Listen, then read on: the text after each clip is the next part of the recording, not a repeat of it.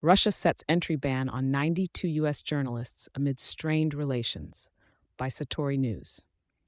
In a dominating move that underscores the intensifying standoff between Moscow and Washington, the Russian Ministry of Foreign Affairs has issued a direct prohibition on 92 United States citizens, targeting a notable contingent of the International Press Corps. The list of barred individuals prominently features journalists from leading global media organizations, including The Washington Post, The New York Times, The Wall Street Journal, and The Guardian, marking a significant crescendo in Russia's retaliatory stance against what it perceives as a tide of anti-Russian sentiment and disinformation perpetuated by the U.S. The measures have been pronounced by Russian officials as a riposte to the aggressive strategies embraced by U.S. President Joe Biden and his administration. The Kremlin accuses Biden's leadership of engaging in a blatantly Russophobic campaign, with the alleged objective of inflicting strategic defeat upon Moscow. This international political chess match has journalists ensnared in a web of geopolitical dispute, being accused of fabricating fakes concerning Russia and its military operations, as well as providing a propaganda shield for what Russia deems a hybrid war instigated by the United States. Russian authorities assert that these journalists have stepped beyond the conventional bounds of press coverage, playing an instrumental role in the distribution of misleading narratives related to the Russian Federation and its defense activities. From the Kremlin's viewpoint, this portrayal aligns the media with Washington's broader tactics of hostility and confrontation.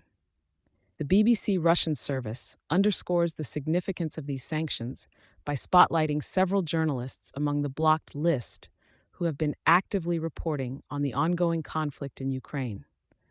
These include Mark Santora of the New York Times, identified for his reporting from the city of Toretsk in Ukraine's Donetsk region, as well as Michael Gordon of the Wall Street Journal, who garnered attention for co-authoring an analysis concerning Ukraine's cross-border offensives in Russia's Kursk region. The restrictions levied against the journalists must be interpreted within the larger context of the strained relations between the two powerhouses, standing as a testament to the heightened friction caused by differing narratives and perspectives on the war in Ukraine.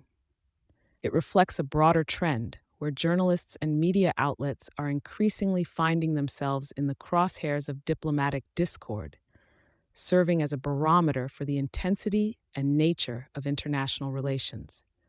The development emerges as part of a broader resistance by the Russian government against Western sanctions and censures, which have intensified in the wake of the ongoing military conflict in Ukraine.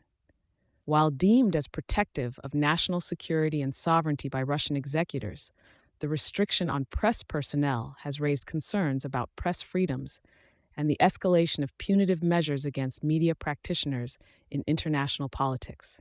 With this decision, there is an undeniable indication of the narrowing channels of direct information from within Russian borders and the escalating suppression on representatives of Western media institutions.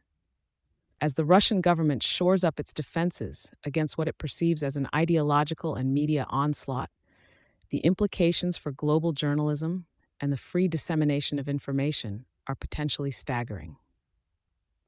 Thank you for choosing Satori News.